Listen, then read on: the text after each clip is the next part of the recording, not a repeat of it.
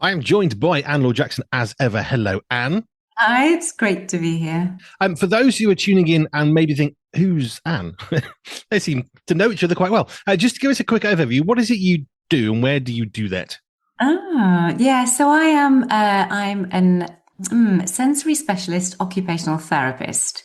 So that's the technical side of it. I'm also sensory health coach because I want to help people recognize anybody and everybody. If we're alive and if we are breathing, then we are sensory beings, and our sensory interpretation and the way that we perceive the world and the way that we pick up things from our senses impacts us massively. And most people aren't highly tuned into that because it's not been part of our education.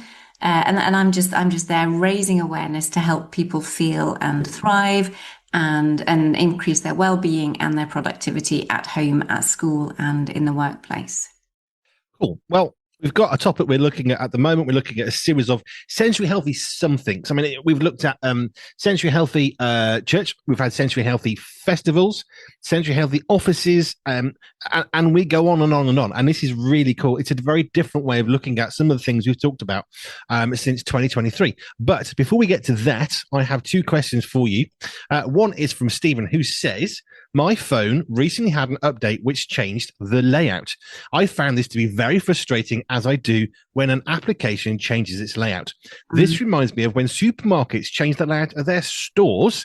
It got me wondering about how dysregulating the change of a layout can be for some people. Oh, what a brilliant question. There's a man who knows those things. It's huge. Supermarkets, I understand. I know the marketing behind it. And I totally get the fact that you then you have to be aware again. Your whole registration of the sensory input has over time, when you know things are and which aisle is that, you're able to cope at a much lower level because you've scanned all of that visual environment before. You've processed it in your brain and you've slotted out and says, yeah, no, I don't need the washing powder. I don't need this kind of stuff. And you can function at a very different level and quite a calm level. And you can be pretty quick going to the supermarket. And then they change it for that very reason, because it makes you buy things that your brain has scanned out thinking that I'm not going to be interested in those, just in case you've changed or somebody said, oh, you might want to try this biscuit instead of that one or whatever.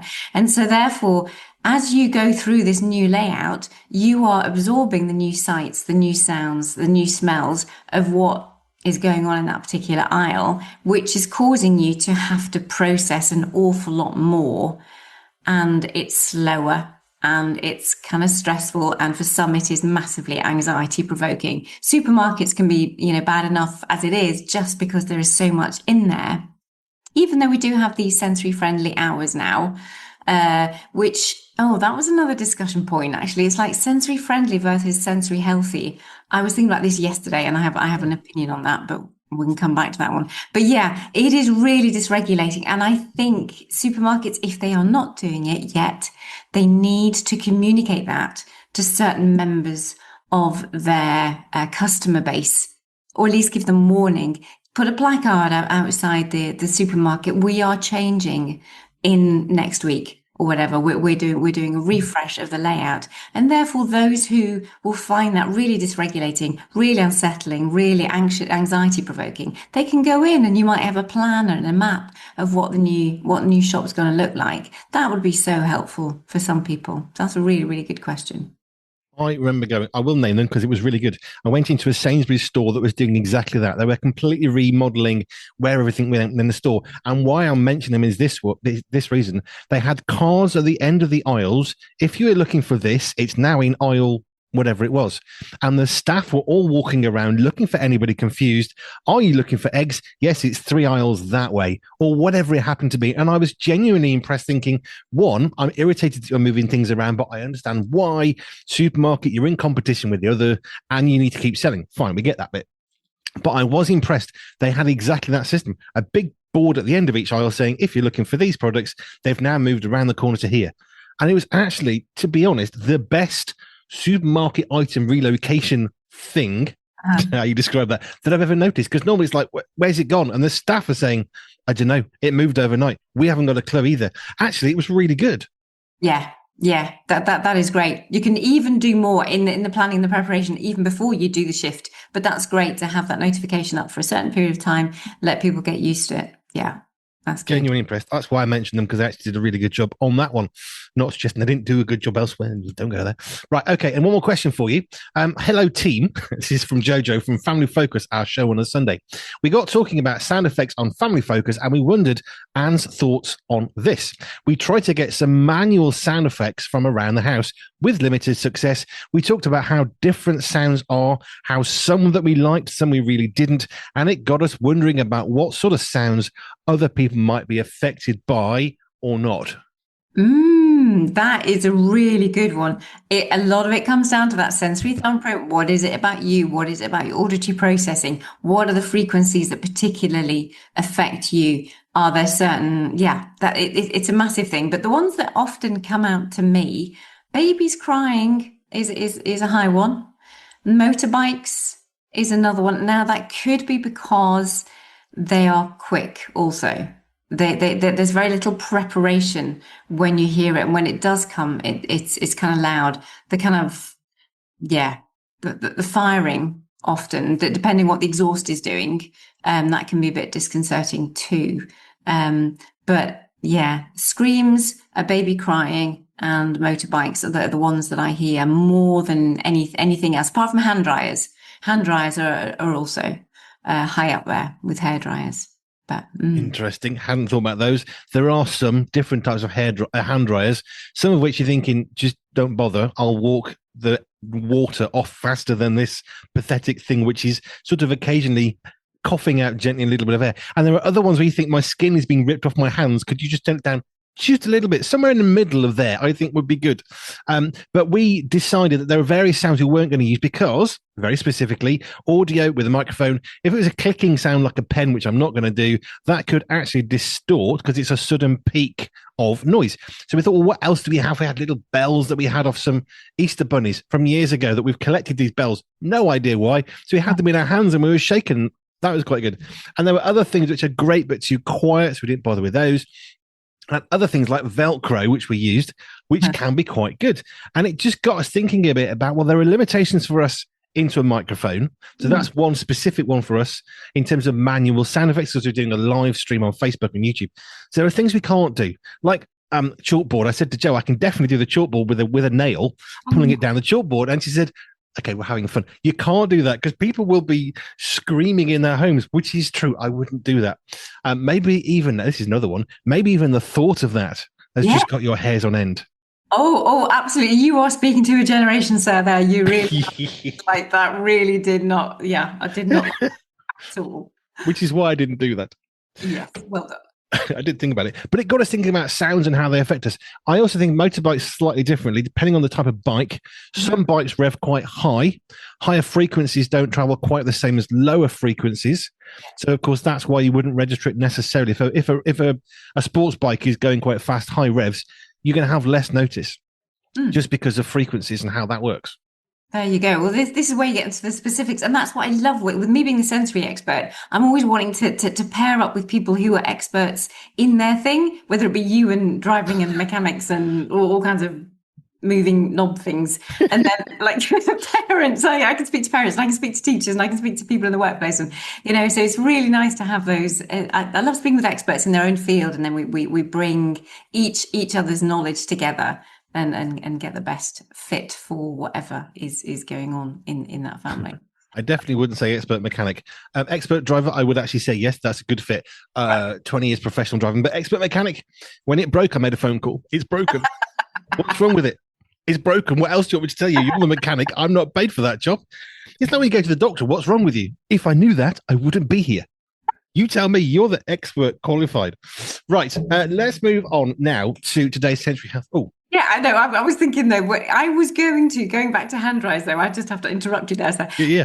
The hand dryers, I was going to do, as I've traveled around the place, like a scoring of the hand dryers from like 0 to 10, of thinking, how good is this hand dryer? Because of exactly experiencing what you're experiencing. And I was in one airport and I was drying my hands, but the design of it was just, I've never seen like there were air things at most bizarre angles.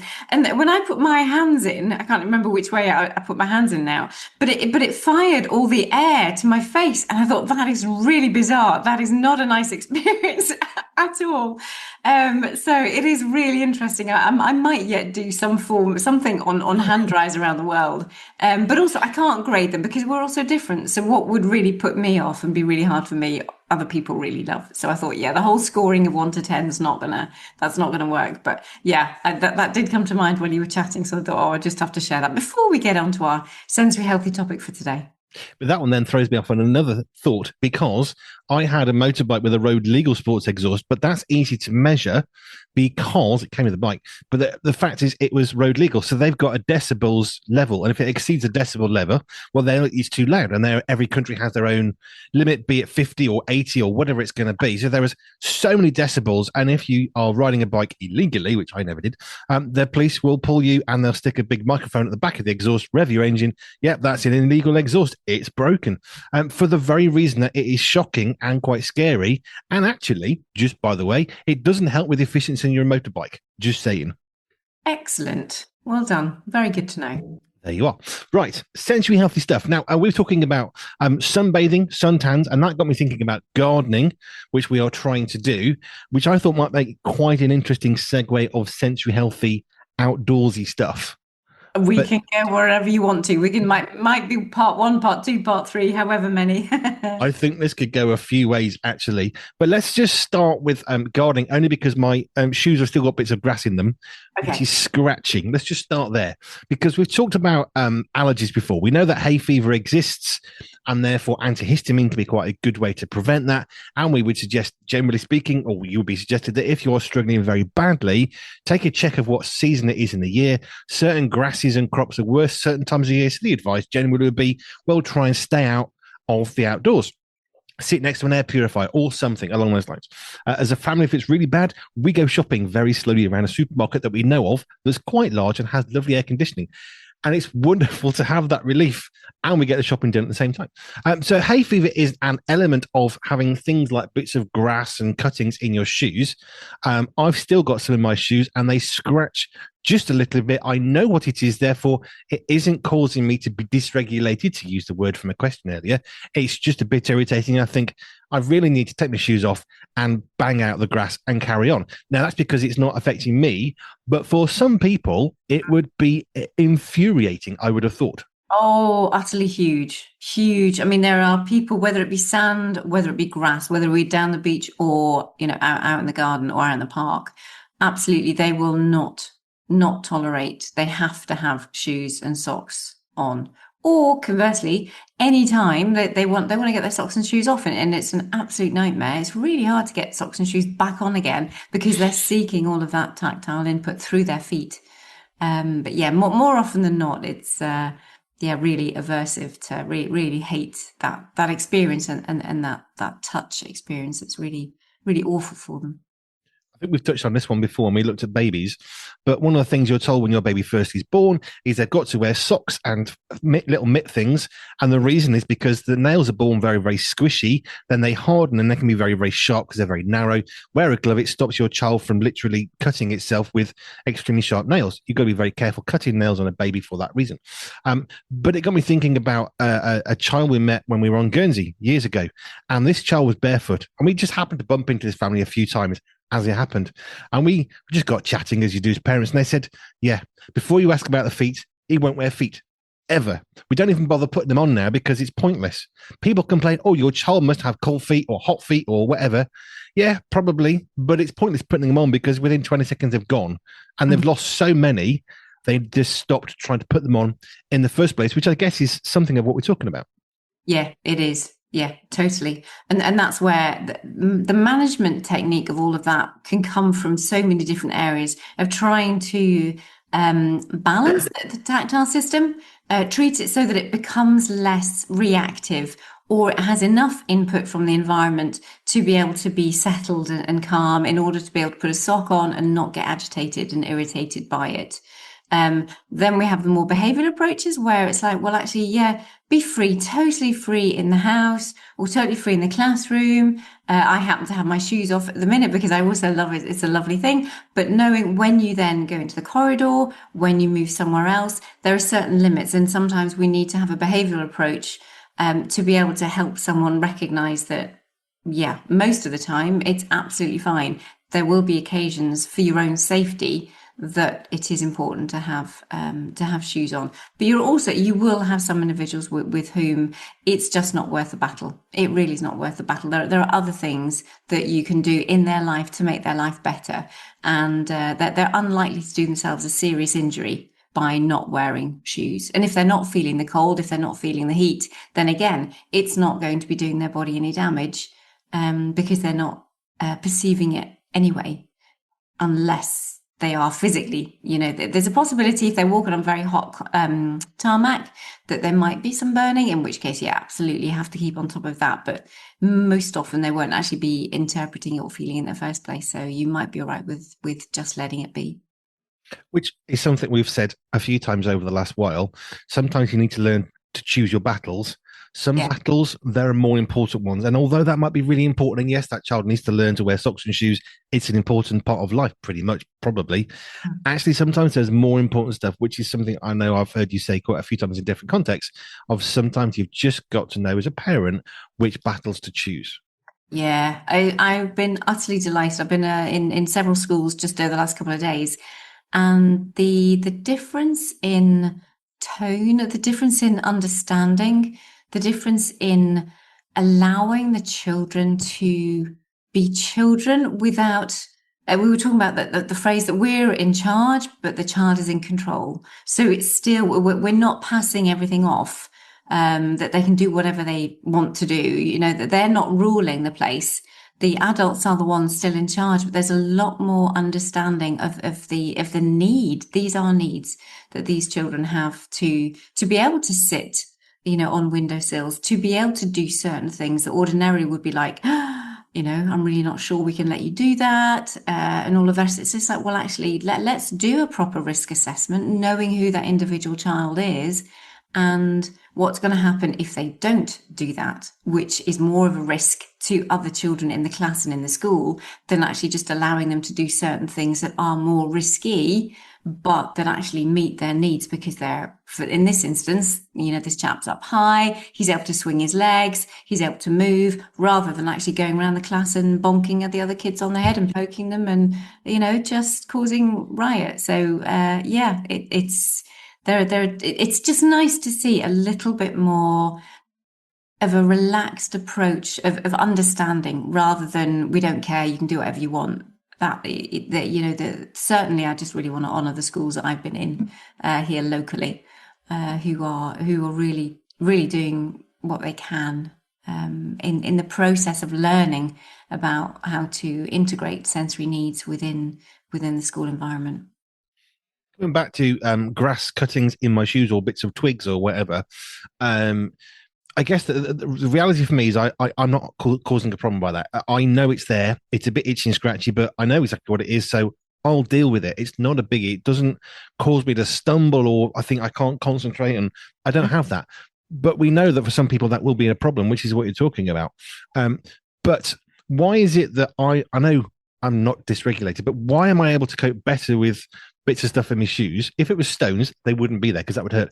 But why is it some of this itchy and scratchy isn't bothering me? How is it that how am I able to regulate that without it becoming an issue, I suppose, is my question. Yeah. The way that your neurochemicals mainly are affected, the transmission from the receptors in your feet, that is all processing nicely. There's a right amount of as each going into the kind of like the neuroscience of it all, you get these little passageways. All the information is passed along little packets along the myelin sheath, basically, of the neurons as they go from the receptor cells, wherever they happen to be on your sense organs. They get passed along all the way. It's like pass the parcel, passing the baton in a relay race. It's kind of like all these little relay races from, say, your hands or your feet all the way up to the brain. Now, there's something at each junction when you're passing the baton or you're taking the next wrapper off the pass the parcel. There are neurochemicals that are set off in there, and it depends at that synapse. And it depends on how much, if there's enough information that's got through to it, that's when you get the little clogging, or somebody drops the baton, or somebody rips a couple, there's those portions of information transmission from the receptor up to the brain that gets a bit lost, it gets a bit dropped, it gets a bit fumbled, it gets a bit kind of like mixed. So it's that processing, that information, taking it to the brain, and then the interpretation of the brain that causes those issues. So if you've got good transmission between all your neurochemicals from your receptor site through to your brain, then that bodes really well. And then it depends on what's going on in your brain as to the, what it's been fed nutrition wise, how the cells are actually functioning. All of that plays a part in then how it is processed and the information goes back. Because some people might be really bothered. They might get the transmission really well from their feet up to their brain, and that they're really bothered by it. But the effort involved in then thinking, I have to take my shoe off, I've got to undo the laces, the motor output, I've got to coordinate myself to undo all of that, whereas it takes me half an hour to get my shoes on in the first place.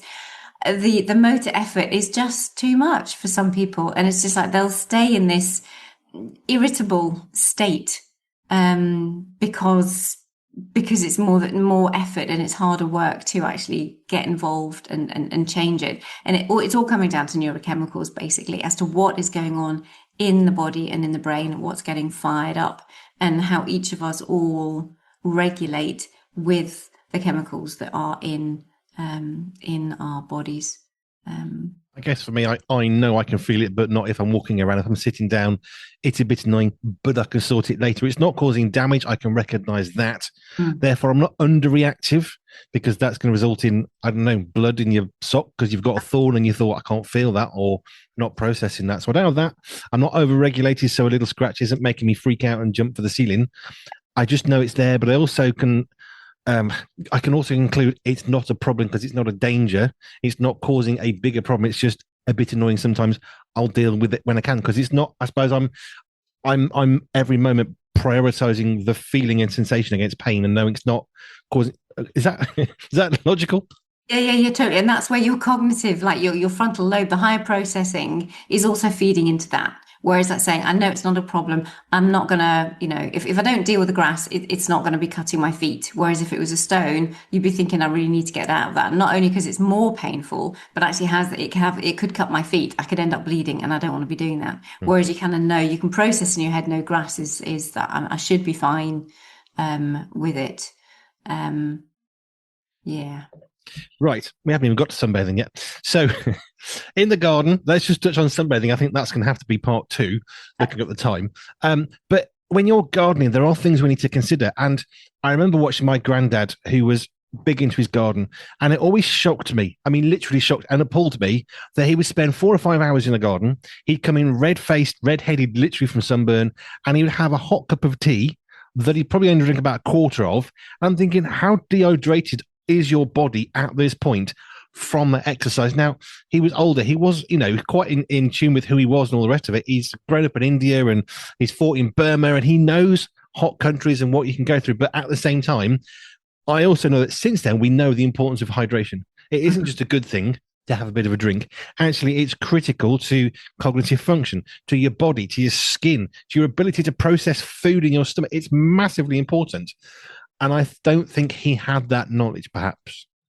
Yeah. But it's interesting when you mentioned India there, because there was an understanding that when you have something hot, that is actually one of the cooling mechanisms. It's most bizarre, but from the inside out, that your body works harder to cool you down when you have something hot.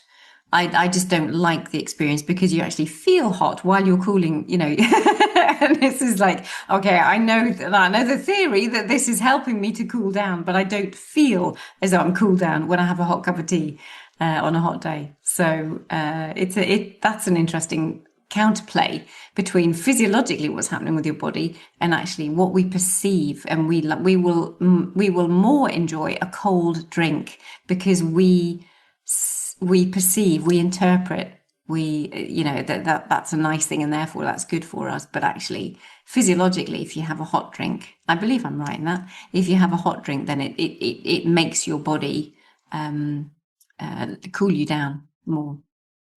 I'm with you on that one. If I have a hot cup of tea, forgetting that it's hot, I then sweat profusely and think, that's horrible. I'd rather have a cool shower or a cold drink or go and stand in front of a fan or anything other than increase my body's temperature by putting hot liquid inside me, even if I know it's probably a good thing. And I think I'm probably with you. I'm sure I've heard this. I hate it. I hate the sensation. Right. Yeah, yeah, totally. It's just like, yeah, and that because we sweat, and it's just like, oh, it just gets more uncomfortable, which is what the body's supposed to be doing to cool us down. It's like, but actually, no, there's other ways that I'm going to do that instead. Yep. So. Ice cream, ice food, ice cubes in a glass of water, anything other than heating. Yeah, yeah, that's one of the things. Like with hot nights, I don't know when we'll come back to gardening, but it's just in hot nights, make sure that you dose and you dampen, that you put cold towels everywhere, that you dunk yourself in a bath so your whole body is lower, or go in the shower having much colder showers to bring the heat of your body down, to help. Yep. No, I'm with you on that one. Cold drink, thank you. Not a hot. Just no. I get a bit sweaty when my palpitations have kicked in, and I just sit there and sweat for no reason. It's not a pleasant sensation. So maybe that's another reason why I don't want a hot cup of tea anymore, because I don't want to feel hotter. I want to get colder. Thanks. Right, let's get back out into that gardening idea, because I was thinking about my granddad and how he would just have this hot cup of tea but not drink much. Dehydration then starts to mess with your brain's ability to function properly because it starts to dry out. That's a bad thing. You've got issues with your stomach. Then when you next eat, you haven't got enough fluids in your body to help the stomach process as it's meant to, and it has a massive knock-on effect. But of course, it's very easy when it gets breezy, which is where I was going with this. When it's breezy, you don't necessarily feel yourself sweating quite as much. Or conversely, when it's even hotter, I've been at 43, I think it was in Spain one time, 43 degrees, where you don't feel yourself sweating, not because of a breeze, but because it's literally evaporating because of the heat. So I'm not that hot. I'm not that sweaty. It's not that bad. And it's easy to get confused, I guess, in that scenario. Yeah, it is. And that's where it's always where the cognition, where your brain thinking and what you are told has to play into. You can't rely on your senses at that point, because there's more things that come into play when it comes to hydration and heat and our basic body functions as humanity. There are certain things that we cannot do at a higher level, and then yes, we will die if we do not have the right temperature control. I had the air conditioning man in here coming to have a look at my centre, having a look at it all, because I recognise I'm in a listed building. I don't have windows. So the fact that I can't open the windows in the front of the property during the summer is going to mean that it's going to get hotter. And I thought, for my people who are maybe not aware, we call that interoception, when you're aware of how you interpret sensations from inside the body. If they don't have that processing or that tactile processing to recognize temperature, then that's going to be really awful for them, coming into, or if they just misinterpret or don't interpret it the same way that we would, it's going to be much harder for them to enjoy being in a space that's specially designed for them if we don't just get the basics of temperature right for them. I have a thought on air conditioning. So when we're doing our live broadcast, obviously we want to have the windows closed as much as possible. Occasionally we'll open them at certain times of day. We know there aren't many cars and we're in the middle of nowhere, so there's not much going past. But occasionally, certain times of day, we'll not want the windows open. So then it got really, really hot the other day. We had a bit of a heat wave. And so we put the air conditioning on for the first time since last season.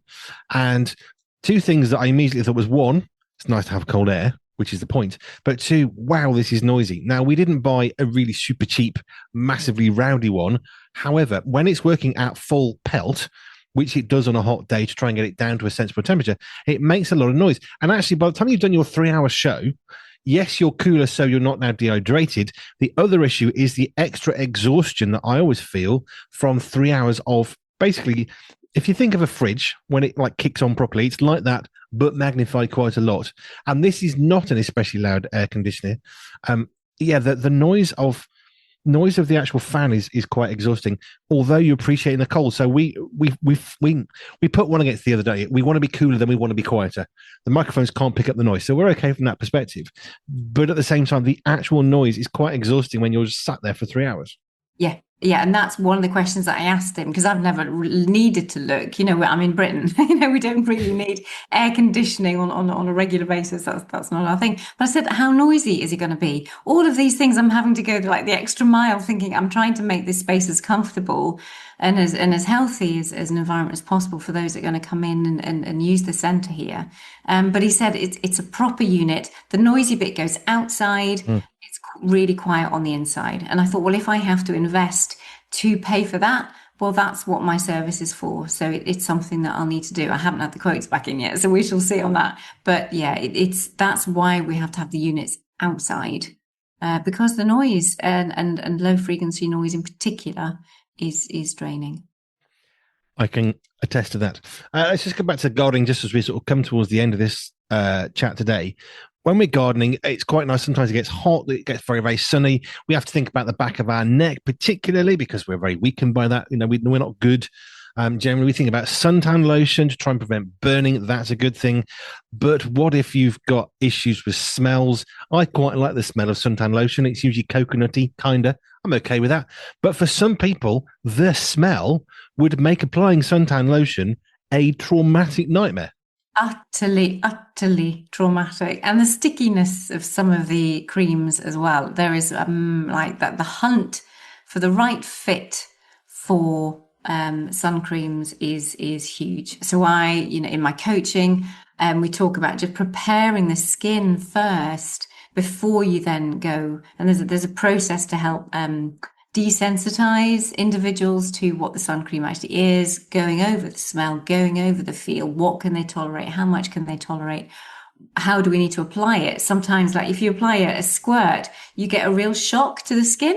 Some of these press buttons that release the cream rather than the ones that you just squeeze and apply, all of them involve different amounts of motor planning, organization, so that you don't squeeze out too much or too little, or there's a lot involved. But again, just if you pay attention to those little details, you will find the right fit for you, and maybe just think of something that's common sense to you now, but maybe wasn't before you thought about the sensory implications of putting on sun cream.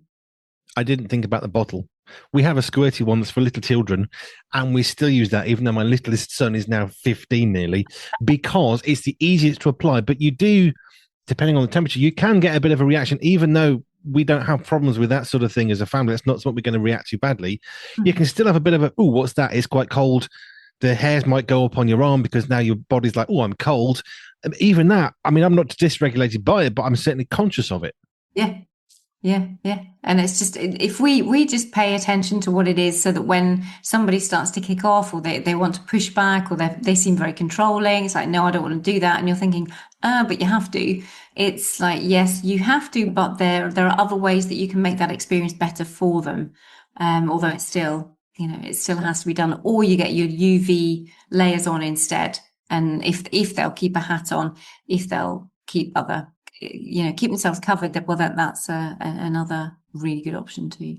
So I like t-shirts. I don't like long sleeve anything. I've been given jumpers over the year, and they generally stay in the wardrobe where they belong, as far as I'm concerned. I prefer a t-shirt. I like to have my arms uncovered. Whereas my oldest son, he's always got a long sleeve shirt on, and he rarely ever rolls his sleeves up. And I don't like stuff on my forearms. I don't know why. I don't like coats in the winter. I'd much rather have a body warmer and unbare arms. I'd rather bare arms, because I don't like to cover them. Not because it makes me feel comfortable or anything else. I don't like having them covered because it feels restrictive a little bit. Right. And that, I think that's brilliant. And I love the fact we can own that. It's just like, yeah, that's what I do. That's the way that I am. and it works for me, and I'm good and I'm happy. Yeah, I'm happy for Stephen wearing his long sleeve shirts. That's why I don't work in an office in a bank, because I would not go down well, because I'd be constantly trying to find a short sleeve shirt. Right. If you want to contact Anne and any of the services that she provides in terms of Central Health, go to our website, pure247radio.org, pure247radio.org /ALG. J, and then you can connect with Anne and all that she does for you and for everybody. Anne Laure Jackson, thank you. Thank you very much. Here at Pure 24/7 Radio, we have had the privilege of speaking to some amazing people with amazing stories. Now, what about, I thought I'd go a bit further, what about goat and sheep's milk? Yes. Becoming quite popular. Very similar to cow's milk. So we don't use it in the first year of life, you can afterwards. And their nutrient profiles, how good they are, is pretty similar to cow's milk. Allergenicity, how often do they cause allergies? About the same. They're a bit more expensive sometimes. Yeah, it's pretty equivalent. Yeah, we're really excited, especially excited for Josh because it's his first book and he's really passionate with that Gen. Do you say Gen Z or Gen Z? I've heard it said into. I don't know. I'm too old. I don't know. Yeah, we're not in that age category, so we've not got a clue what they're called. It's a pot boiler. It's a good, exciting popcorn thriller. I didn't think it was anything too special, but I think watching it at home, people will probably enjoy it more than I did going to the cinema to see it. Really good film. I love it. You know, I walk into a cinema and I turn my phone off. Nobody can get hold of me for a couple of hours. I'm in a completely other world. Every single time I go to the cinema, and for me, it's like going to Oz. You know, it's like going to another world and escaping and relaxing, and I thoroughly enjoy it. If you have missed any of these interviews or would like to hear them again, you can. Simply head over to our catch-up section at www.pure247radio.org. That's www.pure247radio.org.